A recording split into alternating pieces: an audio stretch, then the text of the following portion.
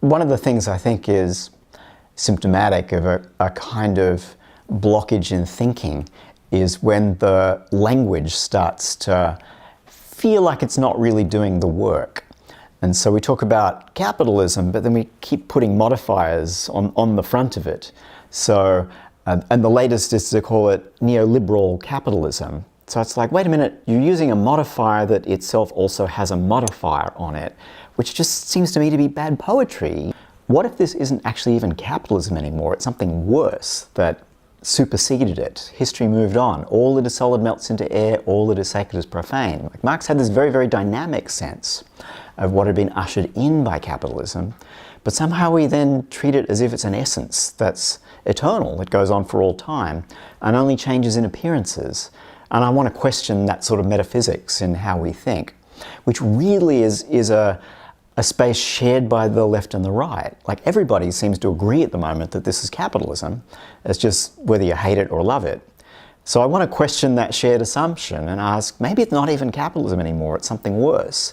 Then what would be a new language that describes new forms of exploitation, new forms of oppression, new forms of asymmetry, and how would we begin to do that work?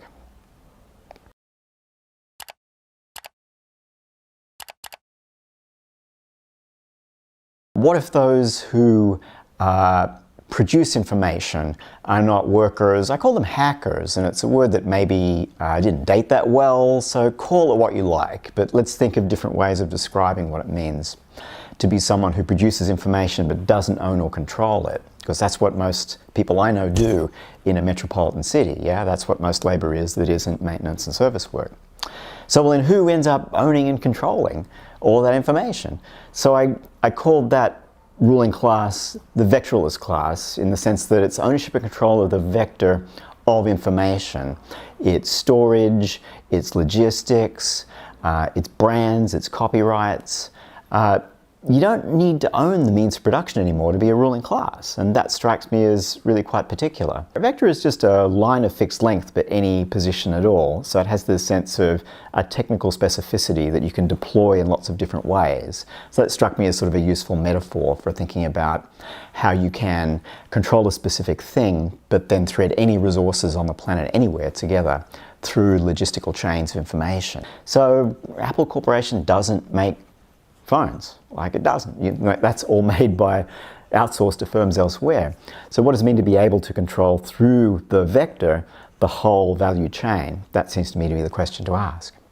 One of the main ways, probably the main way, that this might be worse than capitalism is vectorless class as a ruling class is able to treat everything as resources in motion, in a sense tagged and tracked with information threaded into a logistics, so the entire planet becomes nothing but resources, which only accelerates the destruction of the conditions of possibility of human life, or possibly any life. So it's worse in the sense that it's brought us closer to that threshold where either we find a different mode of production altogether, or that's it.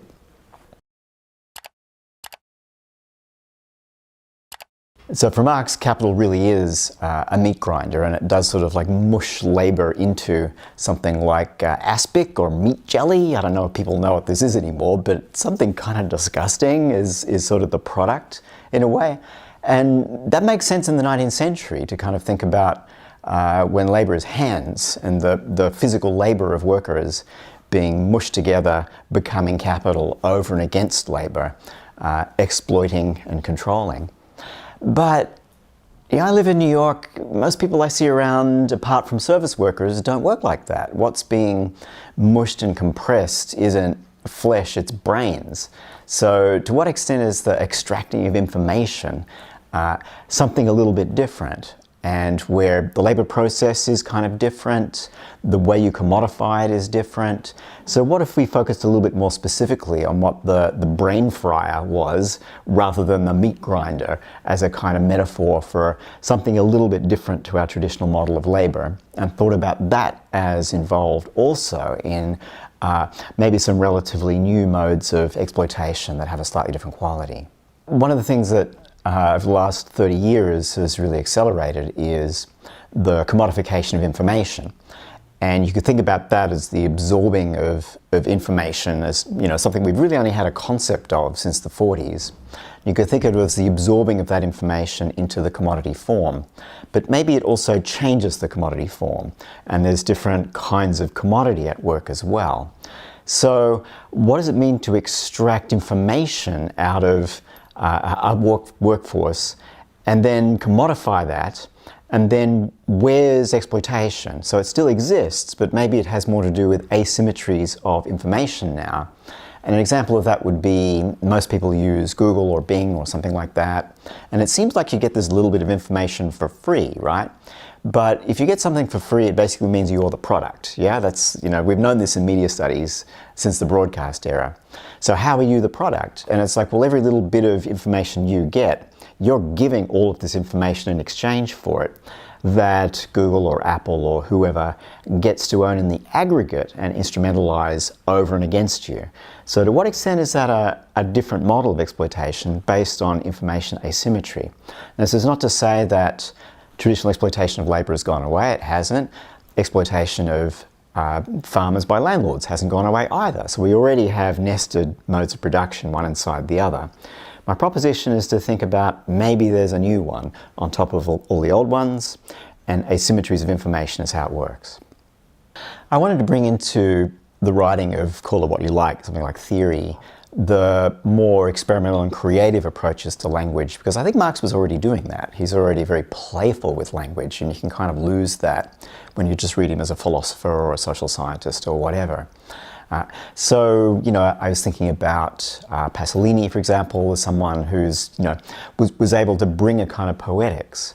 So maybe one needs to be kind of exploratory in the space of language as well in order to generate concepts that might explain this particular world that we ended up in.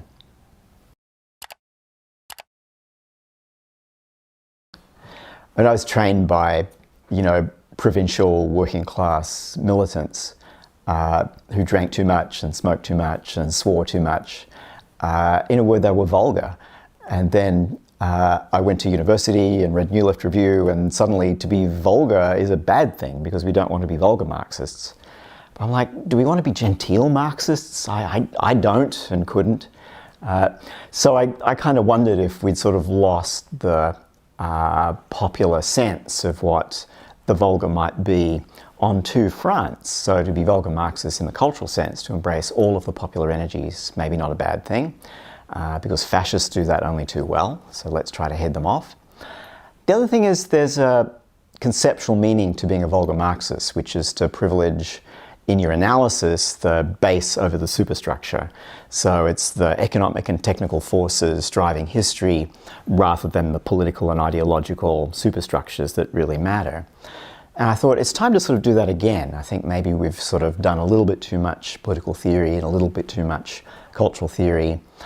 And we've not thought enough about the forces of production. So what are the techniques that made all of these things we talk about possible? So what made neoliberalism possible? Like, I think it's what needs to be explained. It's not an explanation. And I think it's the analysis of techniques is the piece that's missing. And the thing is, those of us trained in the humanities and social sciences can't really do that work. We need a kind of collaborative labour of understanding that reaches across all of the kinds of work that are involved in making this world to even be able to analyse it. So there's a kind of comradely production of knowledge that's required now, I think, to even understand what's novel and distinctive about the dominant mode of production of the times and how it controls the others.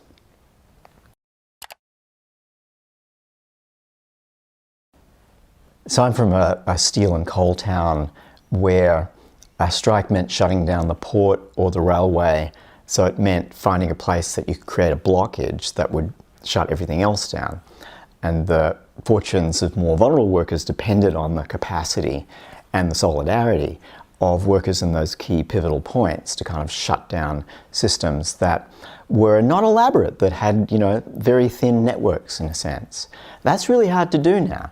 And in essence, I think the whole project of the later 20th century was finding out ways to route around that power of the strike that labour used to hold. And so labour's been on the defensive for quite some time in the, let's just say, overdeveloped world. And at the same time, you've got this rise of the production of information as the very means to do that. I tell a kind of ironic story where capital, in its attempt to outflank labour, draws on new industries and new technologies of communication, but itself gets outflanked by a class that then dominates capital as well through that means. So the thing about that is that then the old strategies of labour are still important, but they're not going to have the same kind of effectivity. So one might need different ideas about what a strike is. I think the kind of notion of shutting down the sphere of social reproduction starts to get more interesting when you sort of think about that. So, and then are there ways of thinking not just about stopping the system itself, but of what I call hacker class, or whatever this kind of information labour is, thinking about the content of what it does as well as shutting down the form of it. And so it's interesting to see the rise of organised tech workers who are asking questions like, why are we building technologies that just enable surveillance and policing and putting people in cages on the Mexican border? Like, why are we involved in those contracts? And given that, you know, you sort of rely as much on sort of seducing information out of labour as you do force in this particular world, then sometimes that has effectivity. To kind of lose that kind of seduction of information workers or hackers into wanting to do it actually may have a little more effectivity than the coercive means to which labour was controlled or able to exert in the past.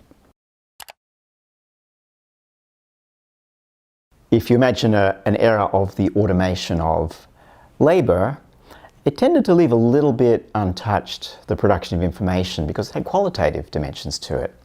But what's been called artificial intelligence is very much about the automation of that. So the production of information can then also be something subject to automation, and then loss of direct control by the people who used to produce it, what I call hacker class. So whether or not we can still retain some sort of agency in relation to that becomes very much the issue of the day. And the problem with the rise of a sort of algorithmic management of information is that it's all based on all of the kind of prejudices and exclusions of the old systems. You just sort of take those as data in and build ways to reproduce exactly the same thing. So, for example, the racist basing of policing in the United States, and I imagine pretty much anywhere else, you take that as data, input it into artificial intelligence and produce exactly the same thing on an expanded scale. So there's a kind of wide spectrum of struggles around the control of information and the attempt, and I think not just to retrieve some sense of agency, but also then to sort of address how the old disciplinary apparatus and the new algorithmic ones have all of the same exclusions and biases built into them. The injuries of work are different for a hacker class producing information than for a working class producing things. So if you're working class producing things, there are a lot of physical dangers usually attached to that. There's a lot of boredom attached to that. There's a kind of wear and tear on the body that's attached to that. But it's a little bit different when you're sort of sitting in a coffee shop with your laptop and like you don't even really quite know what the thing is you're supposed to be working on. You just know you'll be told after you've done it if it was the right thing or not. So there's sort of forms of anxiety that are attached to that. There are forms of depression because of, will I get that next job and can I do all this stuff? There are ways in which you have to be present in social media all the time, which definitely didn't apply to traditional forms of labour. So I think the kind of injuries of this kind of labour are kind of different and specific and really need addressing as things that are social effects of the commodification of information by a ruling class, rather than as, oh, you are depressed, so that's your problem, you should be on this medication, which, by the way, the National Health doesn't even fund anymore, etc., etc. So I think to sort of take back that space of affect and feeling and mental well-being, as well as the physical downside of doing labour with information, is that everybody's got RSI, everybody's got a sore back. So, and not to say it doesn't have physical side effects as well, but that we kind of get caught up in problems that seem like they're mental but are actually social as well. There's usually multiple ruling and subordinate classes at the same time. One can forget that, particularly if you pay a little bit more attention to Marx's Capital and not to the rest of the body of work, because in Capital it's supposed to narrow down to two classes, yeah?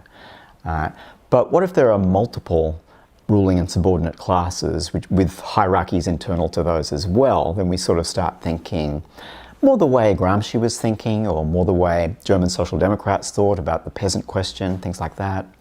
So I think that's a useful kind of lens for thinking that, you know, you kind of urban hacker class making information is sort of like not quite the same thing as whatever working class is. And then maybe working class isn't the same thing as this sort of image of man with hammer that we sort of have interpreted from Russian iconography more than anything else, you know, from the Soviet era. So to sort of rethink the composition of those classes and to think them as external and separate to each other, and then in needing of an alliance, like that strikes me as useful. The other side of this is if there's more than one ruling class, then what are the antagonisms and compromises between those ruling classes, and is there agency in trying to find the gap or the difference between them? So I don't think capitalist class and vectorist class necessarily get along all the time. They have a common interest in maintaining a system of exploitation, but they're also rivals for the surplus. So where is their agency in thinking in a multi-class world rather than trying to fit everything into two boxes, as if this sort of great polarization had ever happened when it sort of didn't?